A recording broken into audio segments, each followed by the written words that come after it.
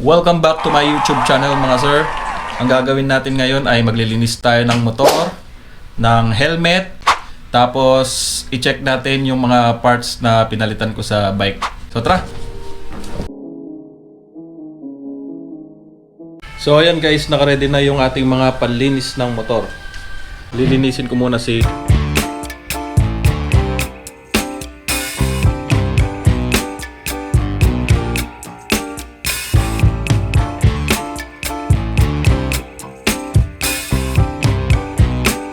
So ayan guys, tapos nang malinis ang ating Versys. Naglinis lang ako ng motor, nawala yung lagnat ko.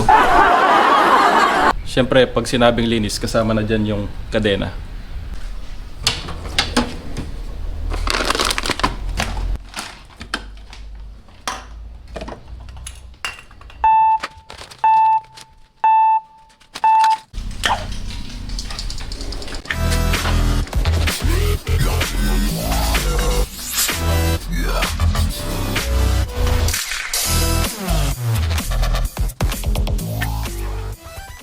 Yan guys, oh, napakadumi.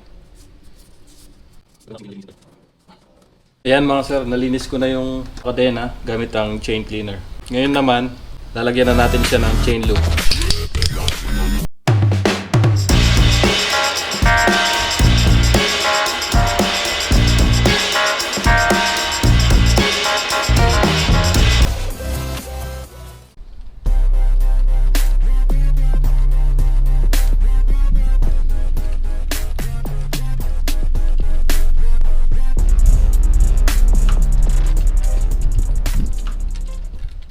So ayan, tapos na tayo maglinis ng motor mga sir. Sunod natin yung mga helmets. Oh, di ba? Ang galing. Ayan. So lilinisin natin yung mga helmets natin ngayon. Kasi matagal nang di nalilinis yung iba. Although yung iba bago lang. Yung empty helmets, tsaka ito rin, bago lang to. Empty helmets din. Isabay na rin natin linisin para lahat sila bagong linis. Okay? Tara, pisan na natin. Met sanitizing foam, hindi lang siya panloob, no? Pwede din siyang panglabas sa exterior niya. Sprayan mo lang siya ng ganyan. Kalat mo lang yung bula para malagyan lahat.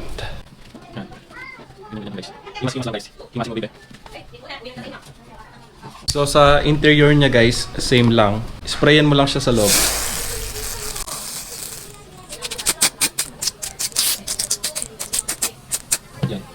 Tapos, hayaan mo lang siya mga 2 to 3 minutes bago mo punasan ng tuyong basahan. Okay? Make sure na malagyan nyo lahat, guys. Para lahat ng parts ay malinisan.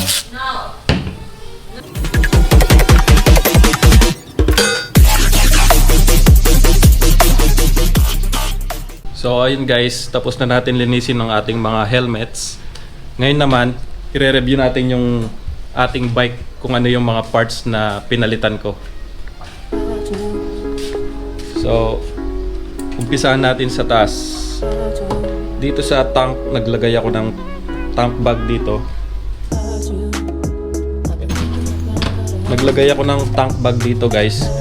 Kasi dito ko na ilalagay yung mga passport ko dun sa checkpoint. Tapos yung mga necessity ko, like itong power bank, tapos extra battery ng GoPro. Yan. Tapos dito ko na rin yung wallet, Easy Trip and Auto Sweep. Dito ko na rin nilalagay mga charger ko. Nandito lahat. Lagay din ako ng bracket niya. Dito na nakamount yung cellphone ko para just in case na maligaw ako, magagamit ko siya as navigation. Dito ko rin nilalagay yung GoPro ko para may shot din ako, makuhanan ko yung sarili ko.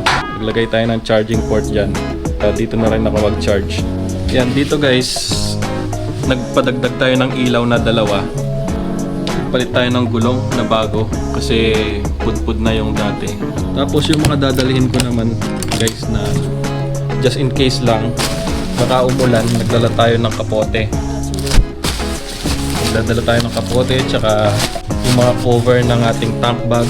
Tapos dito rin ako maglalagay ng tubig, mga tsokolate, saka mga energy drink. Pubaon din ako. Tapos guys, pinataas ko pala yung suspension niya. Pinabalik ko dun sa standard niya na height. Kasi dati nung nakuha ko to, naka-lowered siya. So, mas magandang tignan ngayon. Mas matangkad siya. Mas umangas yung dating niya. Tapos nagpalit na rin tayo ng brake pads para sigurado. Dalawa sa harap tsaka isa sa likod. Although pwede pa naman to yung sa harap ko dati. Para sigurado na, palit na tayo ng bago. Extra ko na lang yung pinagpalitan. Is nagpa-install din tayo ng Easy Trip and Auto Sweep. So nagpa-change oil na rin tayo, nagpa-tune up, nagpa-remap, lahat na. Pinakondisyon na natin tong Versys na to para was Ironman ready talaga siya. Yun lang mga guys, yun lang yung mga in-upgrade ko dito sa ating Versys. Boss Ironman ready na to mga sir.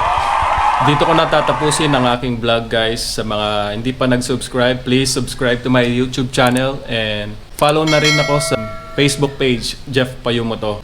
Ride safe everyone!